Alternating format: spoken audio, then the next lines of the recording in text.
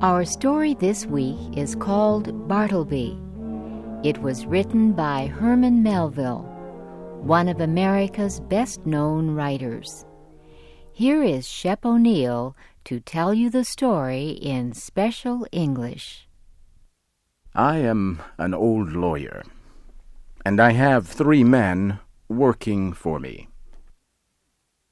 My business continued to grow, and so I decided to get 1 more man to help write legal papers.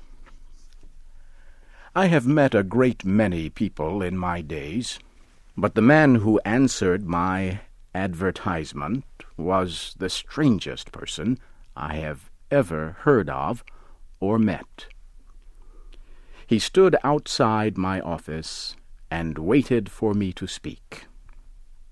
He was a small man, quiet, and dressed in a clean but old suit of clothes. I asked him his name. It was Bartleby. At first, Bartleby almost worked himself too hard, writing the legal papers I gave him. He worked through the day by sunlight, and into the night by candlelight. I was happy with his work, but not happy with the way he worked. He was too quiet.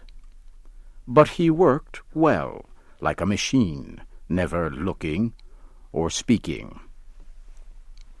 One day I asked Bartleby to come to my office to study a legal paper with me. Without moving from his chair, Bartleby said, "I do not want to." I sat for a short time, too surprised to move. Then I became excited. "You do not want to? What do you mean? Are you sick? I want you to help me with this paper." "I do not want to." His face was calm. His eyes showed no emotion. He was not angry. This is strange, I thought. What should I do? But the telephone rang, and I forgot the problem for the time being. A few days later, 4 long documents came into the office. They needed careful study, and I decided to give 1 document to each of my men. I called, and all came to my office, but not Bartleby. "Bartleby, quick! I am waiting." He came and stood in front of me for a moment. "I don't want to," he said, then turned and went back to his desk. I was so surprised I could not move. There was something about Bartleby that froze me, yet at the same time made me feel sorry for him. As time passed, I saw that Bartleby never went out to eat dinner. Indeed, he never went anywhere. At 11 o'clock each morning, one of the men would bring Bartleby some ginger cakes. He lives on them, I thought. Poor fellow. He is a little foolish at times, but he is useful to me. "Bartleby," I said one afternoon, "please go to the post office and bring my mail." "I do not want to." I walked back to my office, too shocked to think. Let's see. The problem here is one of my workers, named Bartleby, will not do some of the things I ask him to do. One important thing about him, though, he is always in his office. One Sunday I walked to my office to do some work. When I placed the key in the door, I couldn't open it. I stood a little surprised, then called, thinking someone might be inside. There was. Bartleby. He came from his office and told me he did not want to let me in. The idea of Bartleby living in my law office had a strange effect on me. I slunk away, much like a dog does when it has been shouted at, with its tail between its legs. Was anything wrong? I did not for a moment believe Bartleby would keep a woman in my office, but for some time he must have eaten, dressed, and slept there. How lonely and friendless Bartleby must be. I decided to help him. The next morning I called him to my office. "Bartleby, will you tell me anything about yourself?" "I do not want to." I sat down with him and said, "You do not have to tell me about your personal history, but when you finish writing that document, I have decided not to write any more," he said, and left my office. What was I to do? Bartleby would not work at all. Then why should he stay on his job? I decided to let him go. I gave him 6 days to leave the office and told him I would give him some extra money. If he would not work, he must leave. On the 6th day, somewhat hopefully, I looked into the office Bartleby used. He was still there. The next morning I went to the office early. All was still.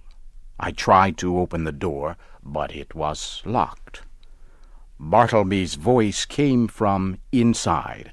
I stood as if hit by lightning.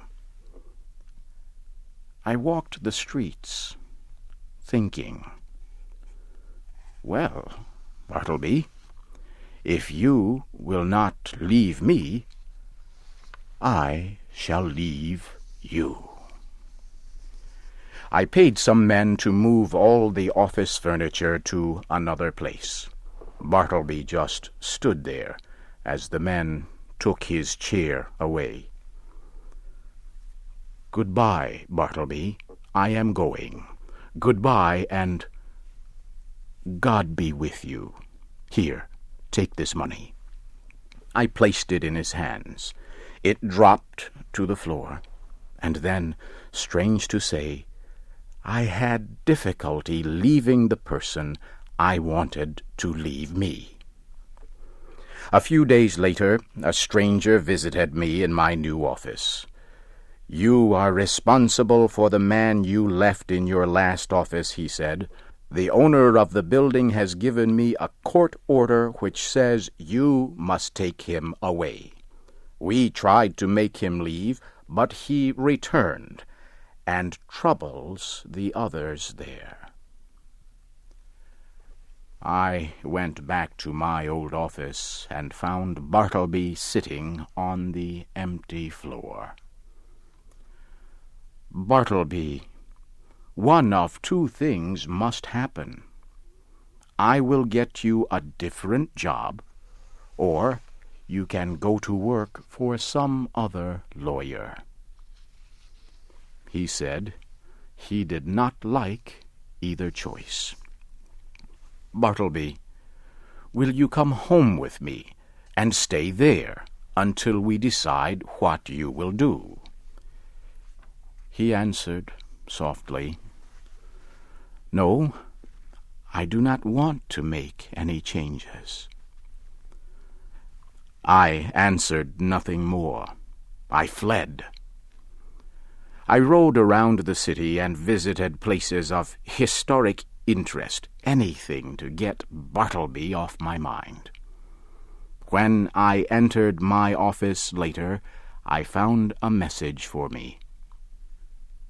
Bartleby had been taken to prison. I found him there, and when he saw me, he said, "I know you, and I have nothing to say to you." "But I didn't put you here, Bartleby." I was deeply hurt. I told him I gave the prison guard money to buy him a good dinner. "I do not want to eat today," he said. "I never eat dinner." Days passed, and I went to see Bartleby again. I was told he was sleeping in the prison yard outside. Sleeping? The thin Bartleby was lying on the cold stones. I stooped to look at the small man lying on his side with his knees against his chest. I walked closer and looked down at him. His eyes were open. He seemed to be in a deep sleep. "Won't he eat today either, or does he live without eating?" the guard asked. "Lives without eating," I answered, and closed his eyes. "Ah, he is asleep, isn't he?" the guard said. "With kings and lawyers," I answered. One little story came to me some days after Bartleby died. I learned he had worked for many years in the post office. He was in a special office that opened all the nation's letters that never reached the person they were written to. It is called the Dead Letter Office. The letters are not written clearly, so the mailmen cannot read the addresses. Well, poor Bartleby had to read the letters to see if anyone's name was written clearly so they could be sent. Think of it. From one letter a wedding ring fell. The finger it was bought for perhaps lies rotting in the grave. Another letter has money to help someone long since dead. Letters filled with hope for those who died without hope. Poor Bartleby. He himself had lost all hope. His job had killed something inside him. Ah, Bartleby. Ah, humanity.